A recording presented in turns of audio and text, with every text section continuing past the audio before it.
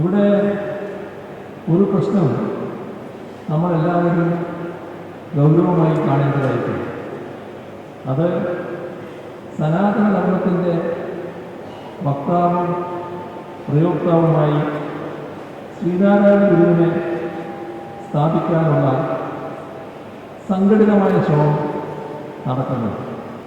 ഗുരു ശിവഗിരി തീർത്ഥാടനത്തെക്കുറിച്ച് സങ്കല്പിച്ചത് തന്നെ സംവാദങ്ങളുടെ വേദിയായിട്ട് കൂടിയാണ്.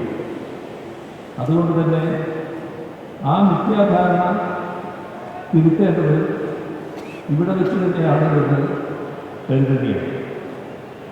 ദൈവം ഒരു ശക്തിയാണ്, നമ്മുടെ അകത്തും പുറത്തും നിറഞ്ഞു നിൽക്കുന്ന ശക്തി. ഈ ശക്തിയെ അറിഞ്ഞവരാണ് സപ്തദർശികളും ഗുരുക്കന്മാരും. ദേവിയുടെ സാന്നിധ്യത്തിന് അനുഭവിച്ച് അറിഞ്ഞതുകൊണ്ടാണ് നാം എല്ലാവർക്കും ഗുരുദേവനെ ഈശ്വരനായി ആരാധിക്കുന്നത്.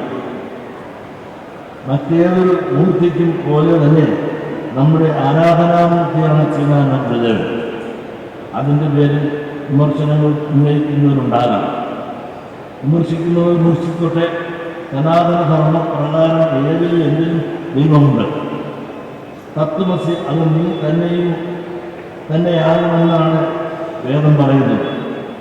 നിർവചിക്കുന്നത് അതീതമാണ് ശ്രീനാരായണ ഗുരുദേവൻ.